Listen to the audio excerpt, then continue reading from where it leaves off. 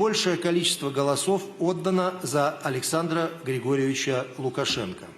Ამ განცხადებაში ითქვა ის, რომ ბელარუსის უცვლელი ლიდერი ალექსანდრ ლუკაშენკა უკვე მეშვიდედ გახდა ქვეყნის პრეზიდენტი.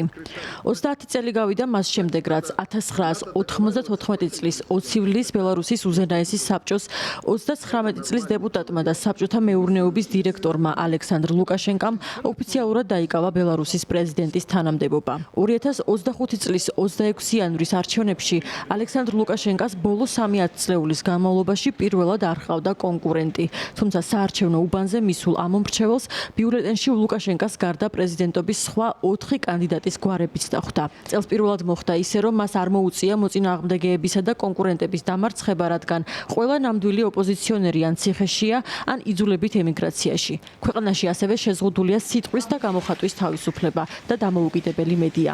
ბელარუსის ცენტრალური საარჩევნო კომისიის მონაცემებით საპრეზიდენტო არჩევნებში ალექსანდრ ლუკაშენკამ ხმების დაახლოებით 87% მიიღო, თუმცა მისი ოპონენტების და დასავლეთის დარწმუნებულია, რომ ლუკაშენკამ გააყალბა როგორც მიმდინარე, ისე წინა წლის არჩევნები. ევროკავშირში აცხადებენ, რომ ბელარუსის საპრეზიდენტო არჩევნები არც თავისუფალი იყო და არც სამართლიანი.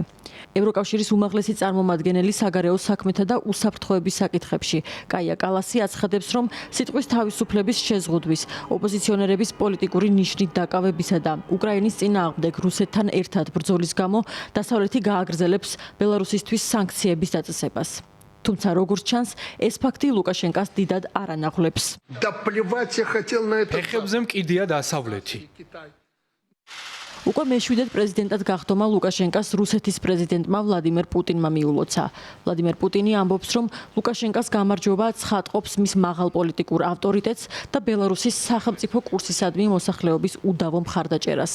პუტინი აცხადებს, რომ ლუკაშენკასთან გააგრძელებს მჭიდრო თანამშრომლობას და უახლოეს პერიოდში მას მოსკოვში ელოდება.